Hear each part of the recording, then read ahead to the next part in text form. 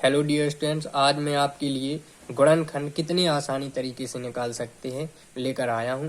तो आप अच्छे से समझ लीजिए, आसानी से आप निकाल सकते हैं।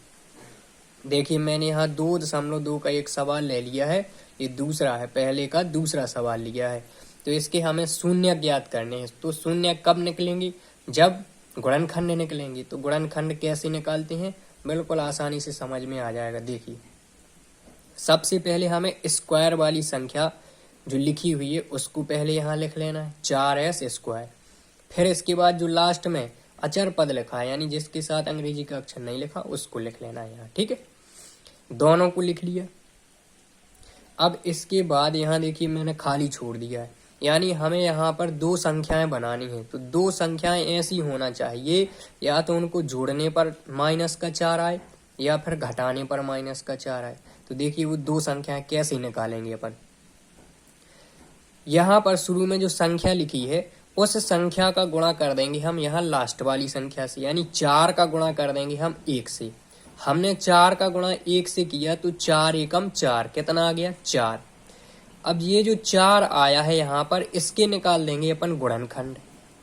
तो देखिए, यहाँ पर मैंने गुणनखंड निकाल दिए हैं, 2 दूनी 4 और 2 एकम 2। कितनी संख्याएं बनी यहाँ पर? 2।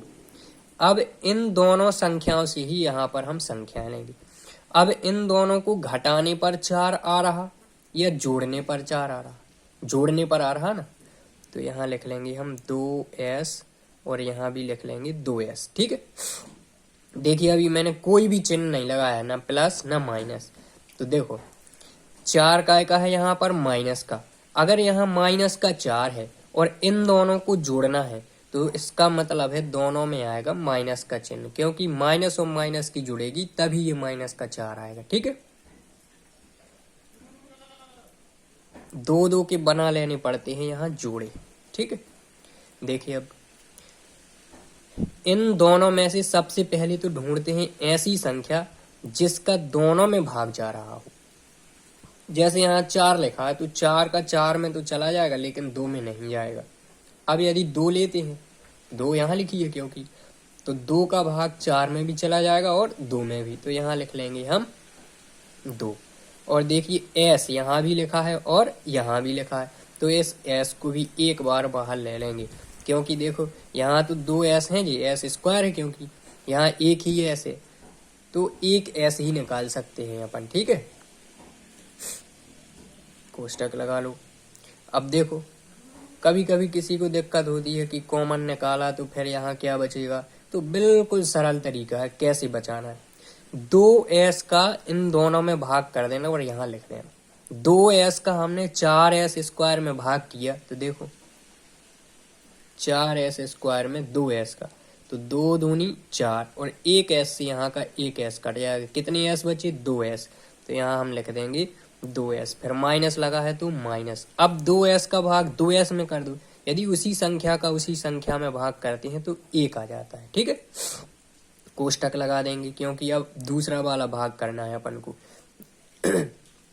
क्या लगा है यहाँ पर? माइनस, तो यहाँ क्या लगा लेंगे? माइनस। देखिए, यहाँ 2 लिखा है, यहाँ 1 लिखा है, यानी कॉमन कुछ निकल नहीं रहा। जब कॉमन कुछ नहीं निकलता है तो 1 माना जाता है, यानी 1 का भाग तो सब में चला जाता है, इसमें भी चला जाएगा, इसमें भी चला जाएगा। तो यहाँ लिख लेंगे अपन 1। s नहीं निकलेगा क्योंकि इसमें है और इसमें नहीं है।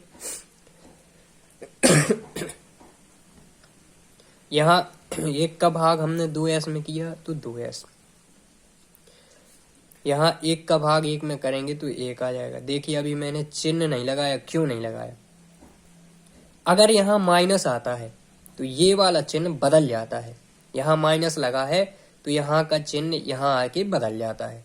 माइनस है और यहाँ क्या लगा है? प्लस, तो प्लस का उल्टा हो जाएगा, क्या? माइनस लग जाएगा यहाँ। ठीक है, 2s - 1, 2s - 1 2 बार लिखा है तो एक बार ये कॉमन आ जाएगा, एक बार ही लिखना है इसको। और यहाँ बचा 2s और माइनस का 1, तो 2s - 1 बराबर 0। ठीक है, अब यदि शून्य ज्ञात करने हैं तो शून्य ज्ञात करने पर अलग अलग के बराबर में 0 ले लेंगे, पहले इसके बराबर में फिर इसके बराबर में। तो ये हो जाएगा 2s बराबर, माइनस का है इस तरफ का आ जाएगा चिन्ह, प्लस का s बराबर हो जाएगा 1/2। इसमें भी यही हो जाएगा, 2s बराबर हो जाएगा 1 और s बराबर 1/2। तो हमारे शून्य क्या हो जाएंगे, 1/2 और 1/2। ये आंसर हो गया।